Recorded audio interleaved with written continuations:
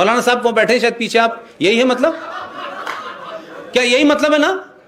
रब्बुल आलमीन का मतलब है इस रब को चलाने वाला कोई एक है, वो रब्बुल आलमीन कहते हैं। हम उसको कुछ और कहते हैं, क्या कहते हैं हम लोग उसको? सृष्टि को चलाने वाला ईश्वर कहते हैं। लेकिन आपसे सवाल है मौलाना साहब, मेरी बात अगर सच लगे तो पूरे बरेली में लोगों से पूछिए, मोहम्मद साहब के दामाद, उनकी बेटी फातिमा के पति को फजर की नमाज में किसने मारा था? आरएसएस ने, मोहन भागवत ने, बीजेपी ने, हिंदुओं ने, किसने मारा था? मोहम्मद साहब के नवासे को करबला के मैदान में 3 दिन तक भूखा रखा गया, हुसैन को मारा गया, किसने मारा गया भाई? कौन थे वो लोग? कहां से आए थे वो लोग? हम थे? हमें तो आज भी नहीं जाने दे रहे। मैं इसलिए कह रहा हूं, सच्चाई का सामना कीजिए। पूरी दुनिया में जो जलीलो ख्वार हो रहा है मुसलमान, उसके लिए मुसलमान खुद जिम्मेदार है। शुक्र होना चाहिए हिंदुस्तान के मुसलमानों को, एहसानमंद होना चाहिए हिंदुस्तान के मुसलमानों को कि मुसलमानों में चाहे मोहम्मद के दामाद हो, चाहे उनके नवासे हो, मोहम्मद साहब के खानदान के मारने वालों में एक भी हिंदू का नाम नहीं है। जो मार रहे थे वो नारे तक भी अल्लाह अकबर का नारा लगा रहे थे, वो कुरान मजीद की आयतें पढ़ रहे थे, वो पहला कलमा पढ़ रहे थे। तो मोहम्मद साहब के घर वालों को मारा किसने? आपके लोगों ने मारा। अब कौन सा फिरका था, कौन सा फिरका नहीं था, यह आपका घर का मामला है। हमने तो फिर भी मोहम्मद साहब का एक बाल, जो आपकी फिलॉसफी के हिसाब से गलत है, लेकिन फिर भी हमने माना कि 632 में मोहम्मद साहब इंतकाल फरमा गए थे। कौन सी अरब से ऐसी हवा चली, कौन सी ऐसी आंधी आई कि उनके जिस्म का कोई बाल वहां से उड़ते हुए आया और कश्मीर में आके बस गया? हमने फिर भी उस पर सवाल नहीं उठाया। यह आप ही कहते हैं हिदायत है मोहम्मद साहब की, मोहम्मद साहब की हिदायत है। न कोई तस्वीर होगी, न कोई मजार होगी, न कुछ इस किस्म की चीज होगी। भाई उनकी हिदायत है मोहम्मद साहब की, जरा पढ़िएगा। तो आपने 135 मीटर लंबी और 28 मीटर चौड़ी एक बिल्डिंग के अंदर मोहम्मद साहब का बाल रखा हुआ है। नहीं, मेरा पॉइंट कुछ और है। और मिलादुन नबी, आप हाथ उठा दीजिएगा, और जब मैं गलत बोलूं तो दोनों हाथ उठा दीजिएगा। मोहम्मद साहब की जो पैदाइश का दिन है, उस दिन मोहम्मद साहब, प्रॉफिट मोहम्मद साहब, उनका बाल हजरत बल जो कश्मीर में है उसमें से दिखाया जाता है। सारे बेचारे नीचे मुसलमान खड़े होकर रोते हैं। अगर मोहम्मद साहब होते तो जो ये काम कर रहे हैं उन्हें मार डालते, वो इनको फतवा जारी करते, इनको मार दो। ये किसके नाम पे हो रहा है? 30 साल पहले जो लोग न्यूजीलैंड के हादसे पे घड़ियाली आंसू बहा रहे हैं, 30 साल पहले पाकिस्तान में जो लोग, जिनको पाकिस्तान बनाने का बड़ा शौक था, उनको लग रहा था कि पाकिस्तान बनने के बाद हम सब कलेक्टर हो जाएंगे। अब वहां कंडक्टर भी नहीं है। उन्होंने क्या किया? कराची, जो कि मुहाजिर, जिसे शरणार्थी कहते हैं, मेरा हेड ऑफिस कराची में था, उस सड़क का नाम था गुरु मंदिर रोड। तो मेरी भी ट्रेनिंग अलीगढ़ यूनिवर्सिटी में हुई थी, तो मैं कोई ऐसा वैसा हिंदू तो था नहीं। तो मैंने वहां लोगों से पूछा प्रेस क्लब में कि भाई ये गुरु मंदिर रोड भी कह रहे हो, लेकिन मंदिर तो नहीं है यहां पे। तो कुछ मुसलमान हैं वहां, इतने समय तक रहते रहते उनको कुछ अकल आ गई है। बोले जो आपने 1992 में किया, हमने वो पहले ही कर दिया था। तो भाई मैंने कहा वहां तो कोई मस्जिद का झगड़ा नहीं था, यहां तो बाबरी मस्जिद का झगड़ा है, इसलिए कर दिया था। वो गुरु मंदिर रोड खत्म हो गई, उससे पहले उसका नाम था रामनाथ ओझा रोड। फिर बाद में उस जो रोड थी जिसपे हमारा ऑफिस बना हुआ है, उस रोड का बाद में नाम हमारे ऑफिस वालों का बड़ा करम था, अपने प्रेसिडेंट मुशर्रफ के ऊपर, तो मुशर्रफ साहब ने उस रोड का नाम, हमारे टेलीविजन का नाम था आज टीवी पाकिस्तान, उनका पहला अखबार पाकिस्तान का निकला बिजनेस रिकॉर्डर अखबार था, उस रोड का नाम बिजनेस रिकॉर्डर रोड रख दिया है। तो पाकिस्तान में पहली बार मस्जिद के अंदर मशीन गन से 700 मुहाजिर यानी शरणार्थी जो भारत से पाकिस्तान गए थे कलेक्टर बनने के लिए, मस्जिद में घुस के गोलियों से मारा। न वहां तो कोई क्रिश्चियन था, न वहां कोई हिंदू था। मौलाना साहब, मेरा दुख आपके साथ इसलिए है कि मैं उसी कौम के बीच में पैदा हुआ हूं, अजान दी है, नमाज पढ़ी है, कुरान कलमा सब पढ़ा है, लेकिन मुझे इतने बात समझ में आया कि आपको झूठ बोलने की आदत लगा दी गई है। 30 साल पहले हिंदुस्तान के इस खित्ते में मस्जिद में घुस के मशीन गन से मारा गया, मुसलमानों ने मुसलमानों को मारा। तब किसी मुसलमान ने यह नहीं कहा कि यह इस्लामोफोबिया है, इस्लाम के खिलाफ गलत प्रचार किया जा रहा है। 27,000 हिंदुस्तान से गए हुए मुसलमानों का कत्ल पाकिस्तान में रिकॉर्ड, और आर्मी कहती है यह बात कि अब तक पिछले 70 साल में 27,000 मुसलमानों का कत्ल इस बुनियाद पे किया गया है कि ये असली मुसलमान नहीं हैं, ये भाग के आए हैं पाकिस्तान से। 27,000 मार दिए गए, लेकिन भारत के किसी कोने में देवबंद के अंदर ही कोई प्रोटेस्ट कर देते। भाई ये बरेलवी का मदरसा, इनसे कहते अपने लिए एक प्रोटेस्ट ही कर दो घर के अंदर बैठ करके बिरयानी पे, लेकिन नहीं किया आपने, नहीं किया आपने। मेरी शिकायत ये है आपसे कि जिससे आपका खून का रिश्ता नहीं है, जिससे आपका कोई कल्चर रिश्ता भी नहीं है, वो रोहिंग्या जब हिंदुस्तान में आ रहे थे तो बंगाल में 1 लाख मुसलमानों का जुलूस था, और नारे क्या लग रहे थे? नारे लग रहे थे रोहिंग्या हमारे भाई हैं और आर्यन वापस जाओ। ये जुलूस नहीं देखा आपने। आपने एक जुलूस देखा होगा कि रोहिंग्या के मुसलमानों के हित में खड़े होने के लिए, उनके साथ सॉलिडरिटी शो करने के लिए आपने बॉम्बे के आजाद मैदान में क्या किया। मुझे उसमें दुख नहीं है कि आप प्रोटेस्ट करें, क्योंकि इस्लाम यह कहता है कि स्टेट का कंसेप्ट नहीं है इस्लाम में, नेशन का कंसेप्ट नहीं है इस्लाम में। इस्लाम के अंदर उम्मा का कंसेप्ट है कि अगर मार्स में और मंगल ग्रह पे भी मुसलमान कोई रह रहा है तो उसके लिए इनका फर्ज पहले है। बाउंड्री में इस्लाम नहीं रहता, बाउंड्री का कंसेप्ट नहीं है, वतन का कंसेप्ट नहीं है, उम्मा का कंसेप्ट है। दुनिया में जहां भी मुसलमान है वो उनका है, उसके लिए होगा। हमारा कंसेप्ट यह है कि दुनिया में जो भी इंसान है, किसी कोने में रह रहा है, हमारा कंसर्न उससे है। उसमें हिंदू नहीं है, उसमें सिख नहीं है, उसमें सब कोई है। लेकिन मैंने एक प्रोटेस्ट आप हिंदू कश्मीरी पंडितों के लिए नहीं निकालते। समझ में आता है कि आपकी नफरत है, कि आपको मुगलों की हुकूमत लेनी है, लेकिन भाई एक प्रोटेस्ट पाकिस्तान में आपके सगे संबंधी हैं, गाजीपुर से, मेरठ से, अलीगढ़ से, रामपुर से, यहीं से बेचारे गए थे वो लोग, ये सोच के कि कुछ बन जाएंगे। उनके कत्ल पे एक प्रोटेस्ट इस देश में नहीं होती है भाई। पाकिस्तान के खिलाफ कहीं आप यूएनओ में नहीं जाते हैं। पाकिस्तान की एम्बेसी के अंदर मुझे मालूम है कितने लोग डिनर करने जाते हैं और टेलीविजन पे आके राष्ट्रभक्ति तय करते हैं, और वहां क्या बताते हैं ये भी मुझे पता है। 12 साल मैंने वहां लाहौर की सड़कों पे कबाब नहीं खाए हैं, इसलिए मेरा गुस्सा ज्यादा है भाई।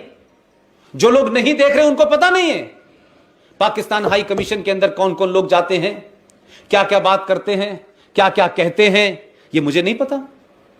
इसलिए मैं कह रहा हूं पूरी दुनिया में रुसवा आप हो रहे हैं।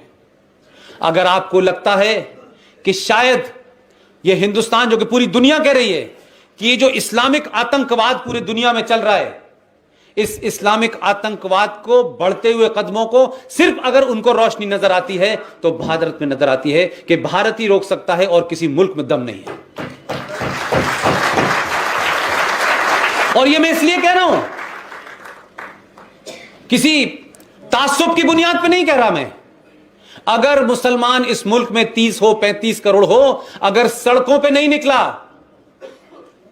चौराहों पे नहीं आया, और जो माजी में गलती आपने की है, आपने अगर उनको नहीं सुधारा तो ये 2014 की जनरेशन है, बगैर हिसाब किए पूछेगी आपसे।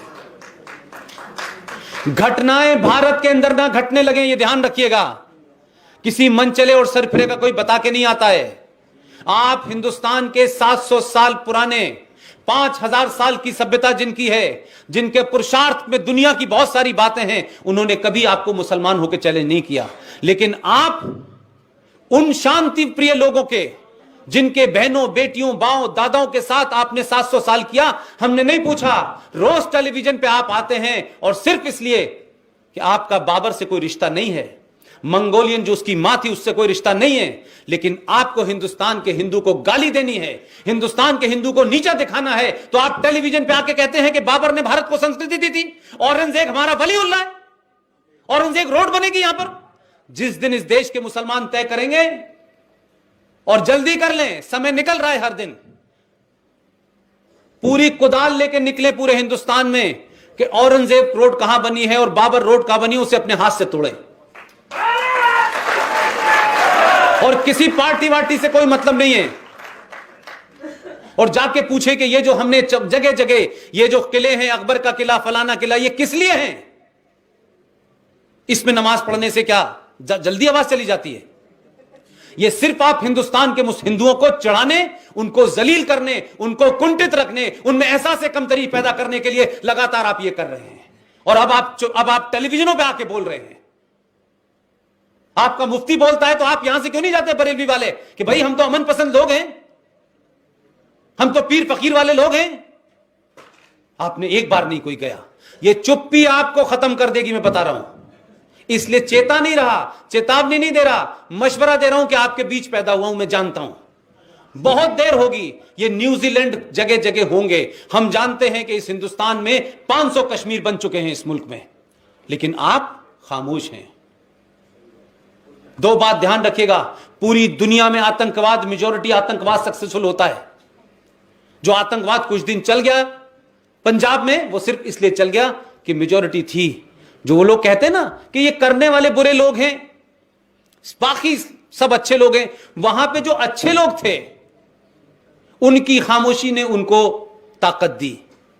कश्मीर में पूरे हिंदुस्तान के मुसलमानों की गद्दारी, पूरे हिंदुस्तान के मुसलमानों की चुप्पी, उनकी मक्कारी और मुनाफकत ने ऐसा हाल कर दिया कि कश्मीर को आज आपने एक इस्लामिक स्टेट बनाया है। और पूरी दुनिया में आप चिल्ला चिल्ला के कहते हैं कि इस्लाम में सब बराबर हैं, अल्लाह की निगाह में कोई बड़ा नहीं है, छोटा नहीं है, सब एक साथ हैं।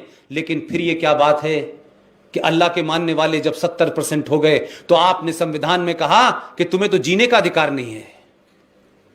आपने तो कानून बना करके सिर्फ मजहब की बुनियाद पर, कोई और कंफ्यूजन नहीं है। इसलिए महबूबा मुफ्ती यह कहने की ताकत रखती है कि जम्मू कश्मीर में अगर आर्टिकल 35A हटेगा तो जम्मू कश्मीर किस हालात हम 1947 जैसे कर देंगे। हिंदू बोलेगा तो वो कम्युनल है, मुसलमान खामोश रहेंगे, वो अपना काम करते रहेंगे। ये चुप्पी खतरनाक है। 700 साल के बाद ये जो समाज जिसको आप कायर समझ रहे थे, आप समझते थे ये अशुष्ट लोग हैं, कोई फर्क नहीं पड़ता, जाति का मामला है। 14 में गलत बटन दबा दिया इन्होंने। ध्यान रखिएगा कि कोई इससे भी खतरनाक ना आ जाए। इस समाज को, इस मौलाना साहब, इस समाज को, इस देश की मेजॉरिटी को अहिंसक बनाए रखना, टॉलरेंट बनाए रखना, इस समाज के पेशेंस का इम्तिहान लेना। अगर ये पेशेंस टूटेगा तो अंजाम क्या होगा मैं नहीं जानता हूं। इसलिए मैं कह रहा हूं, वक्त रहते पूरी दुनिया को मैसेज दीजिए। ये मक्कारी मत कहिए कि हमने देवबंद के अंदर 200 मौलवी बुलाए थे, उन्होंने एक प्रस्ताव पारित कर दिया था कि हम आतंकवाद के खिलाफ हैं। ऐसे प्रस्ताव इस देश में बहुत पास होते हैं। कुछ प्रस्ताव पास कराने के लिए तो आप यूएनओ जाते हैं, कुछ प्रस्ताव पास करने के लिए तो आप आजाद मैदान में आग लगा देते हैं, लेकिन यह प्रस्ताव अपने घर में पास करके रख लेते हैं खानापुरी के लिए। सड़कों पे निकलिए, बहुत कम वक्त रह गया है। 2 साल हो गए मैं सड़क पे जमीन में देख रहा हूं क्या है। वो जो बच्चा जिसके हाथ में मोबाइल है ना, उससे झूठ नहीं बोल सकते। मोहम्मद साहब ने क्या कहा आप कुरान शरीफ पढ़ के बताएंगे? वो मोबाइल में देख के समझ गया क्या कहा है। सच बोलिए, पाकिस्तान की तरह मक्कारी मत करिए जो अभी RSS सिंह साहब कह रहे थे कि पूरी दुनिया में इस्लाम का ठेकेदार वही है, और उसने चीन जैसे मुल्क के साथ यह कंप्रोमाइज कर रखा है कि तुम मुसलमानों से। अब वहां हालत यह है कि चाहे चटाई बिछाई, नमाज पढ़ी, चटाई थाने में, दाढ़ी आधी, रोजा कम, मस्जिद कम। ये अगर हिंदुस्तान में कोई बोल दे तो आप तो कहेंगे देखिए साहब दुनिया के अंदर मुसलमानों पे अत्याचार हो रहा है, लेकिन हिंदुस्तान के प्यारे भोले वाले मुसलमानों पड़ोस में हो रहा है ये। एक आध कोई धरना प्रदर्शन तो कर दो यार, चाइनीज एम्बेसी के सामने। वहां नहीं बोलोगे, मैं बताता हूं क्यों नहीं बोलेंगे आप, क्यों नहीं बोलेंगे। आप जाती तौर पर मत लीजिएगा, आप इसलिए नहीं बोलेंगे कि हिंदुस्तान में ये जिहाद, ये इस्लामिक जिहाद और आतंकवाद का माओवाद के साथ एक पूरी तरीके से घालमेल है। और ये घालमेल क्या है कि जो बात टेलीविजन पे आकर के लेफ्ट के नेता बोलते हैं वही बात असदुद्दीन भी बोलता है, वही रहमानी भी बोलता है, वही सलमानी भी बोलता है, वही शैतानी भी बोलता है। और सबका एजेंडा देखिए आप, जो कम्युनिस्ट जिसके खिलाफ आप थे, जिससे कभी आपकी नहीं बती, और आप कहते थे हम अहले किताब का साथ देंगे, तो आपने अमेरिका का साथ दिया पाकिस्तान में कि हम अहले किताब का साथ देंगे, सुर्ख झंडे का नहीं देंगे, ये दहरिये लोग हैं, ये मजहब को नहीं मानते हैं। लेकिन भारत के अंदर आपका जो गठजोड़ है पॉलिटिकली, सोशली, वो लेफ्टिस्टों के साथ है। इसलिए कि यहां आपका दुश्मन जो है उसको निपटाने के लिए आपको कुछ हिंदू नाम चाहिए, चाहे सीताराम येचुरी हो, चाहे डी राजा हो। तो यहां पे इस्लाम आपका खामोश है, तो डी राजा और कभी सीताराम येचुरी से आपने नहीं कहा कि भाई हिंदुस्तान में तो पूरी आजादी है, और आजादी नहीं पूरी गुंडागर्दी है कि हम तो सड़क पे नमाज पढ़ेंगे, और हमारा आदमी खड़ा हुआ है गाड़ी रोक करके कि नमाज पढ़ ले मौलवी साहब। पता नहीं किसने कहा कि सड़क पे नमाज पढ़ेंगे, अरे अपने घर की छत पे पढ़ लीजिए।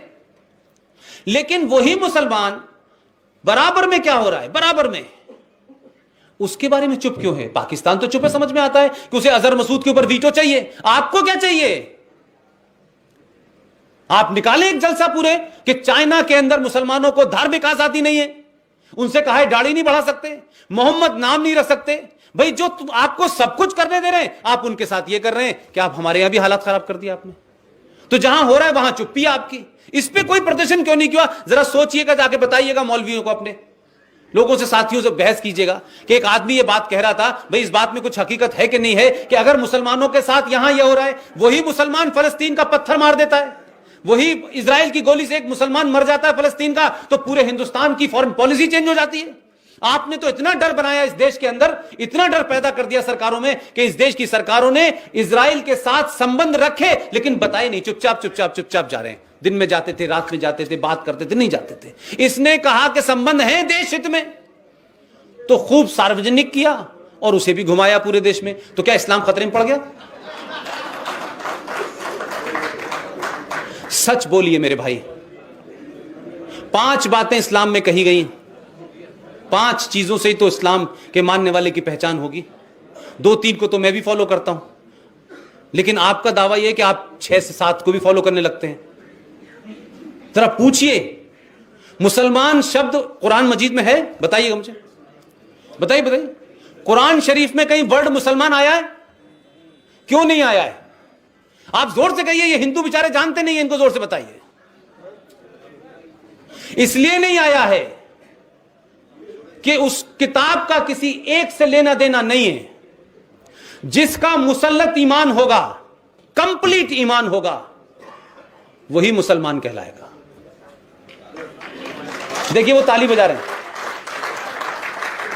लेकिन मुझे दुख यह है कि इस्लाम और मुसलमान के नाम पे सुबह से लेकर शाम तक हजारों चीजें हो रही हैं। ऐसी ऐसी बातों पे फतवे दिए जाते हैं जिससे मुझे समझ ही नहीं आता। भाई कुरान शरीफ में रोजा, नमाज, ज़कात, ईमान, यही 5 चीजें हैं। अब बहस इस बात पे हो रही है भाई कि जो लाउड स्पीकर आपने लगाया हुआ है, आप एक ऐसे देश में रह रहे हैं जो इस्लामिक मुल्क नहीं है, यहां शरिया नहीं है, यहां इस देश का एक कॉन्स्टिट्यूशन है। आपको अच्छा लगे तो रहिए, नहीं अच्छा लगे तो पड़ोस में चले जाइए। मैं एक बात कहने के लिए कह रहा हूं, किसी से कह नहीं रहा कब चले जाइए। लेकिन मैं जो बात आपसे कहना चाहता हूं, हमने कहा कि भाई आप क्यों भाई 5 वक्त आप नमाज पढ़ते हैं, आप पढ़िए नमाज। हम तो जिंदगी भर नमाज से उठते थे, क्योंकि उस वक्त हमारे घर के से लगी हुई मस्जिद थी, नमाज होती थी, हम उनको चाचा जान कहते थे, उनकी नमाज से उठते थे। लेकिन अब कहते हैं कि नहीं, उन लोगों को रोकिए जो इस किस्म के स्टेटमेंट देते हैं कि नहीं नहीं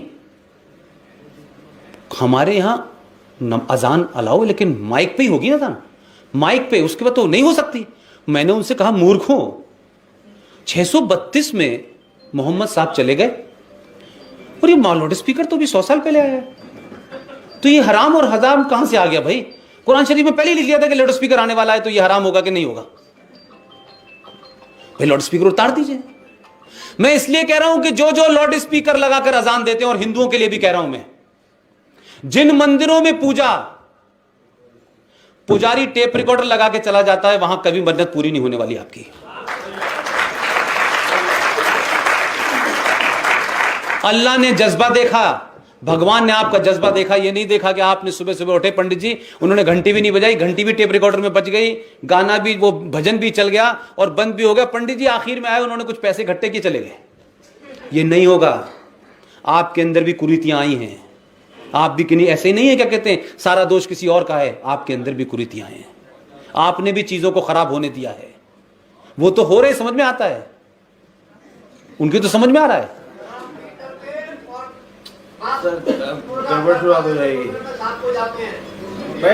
नहीं, वो ठीक है, वो ठीक है, वो मैं लार्जर इशू की बात कर रहा हूं। तो कुल मिलाकर के मुझे लगता है कि हमारे देश में, अब मैं एक बस घटना बता करके बात अपनी खत्म करता हूं कि हमारे यहां इस व्यवस्था को आप लोगों को तय करना है, इस समाज को तय करना है। लास्ट मेरा सेंटेंस है, ऊधम सिंह का नाम सुना आप लोगों ने? ऊधम सिंह के परिवार के एक लड़के ने 5 साल तक, मैं भी उससे मिला हुआ, 5 साल तक लोगों की ठोड़ियों में हाथ डाली। बेचारा फटे पैर, टायर की चप्पल पहने हुए दिल्ली में घूम रहा था। उनके इमीडिएट परिवार का लड़का था। उसको देख के लगता था कि इसने शायद महीनों से कभी खाना भी नहीं खाया होगा। वो एक ड्राइवर की नौकरी मांग रहा था, ड्राइवर की नौकरी। मुझे ड्राइवर की नौकरी तो वही आती है। इतनी सरकारें रही, मैं संवेदनहीनता की बात कर रहा हूं। आपका समाज जो है, जब बहुत सेल्फिश हो जाता है तो ये घटनाएं घटती रहती हैं। इसलिए आप जब आइकॉन जिनको कहते हैं, तो हमारे यहां आइकॉन पैदा क्यों नहीं होते? क्योंकि भगत सिंह पैदा हो नहीं सकता, कि भगत सिंह तो टेररिस्ट था, सुभाष चंद्र बोस वॉर क्रिमिनल थे। तो हमारे यहां बौने लोग पैदा हो रहे हैं, क्योंकि उन्हीं को हीरो बनाया जाता है। उनको लगता है ये जब हीरो बनने तो हम क्यों महान बने यार, पागल हो गए कि हम वीर सावरकर बने। उस लड़के ने एक दिन आत्महत्या कर ली। अखबार में एक छोटी सी खबर बनी। इसी हिंदुस्तान में एक गुंडा, बदमाश, देशद्रोही, गद्दार मुसलमान है, जिसका नाम है सैयद अली शाह गिलानी, जो हुर्रियत का चीफ है। उसके परिवार के एक लड़के को 1 लाख रुपए की नौकरी जम्मू कश्मीर सरकार ने दी है। इसलिए ऊधम सिंह नहीं पैदा होंगे। इसलिए आपने आइकॉन पैदा करने वाले लोगों के बनाना ही बंद कर दिया।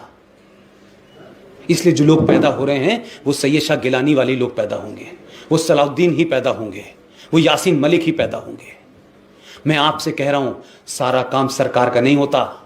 सरकारें किसी और काम के लिए आती हैं, वो इतने काम के लिए आती हैं कि वहां स्ट्राइक होनी है, जीएसटी लगानी है, सड़क बननी है।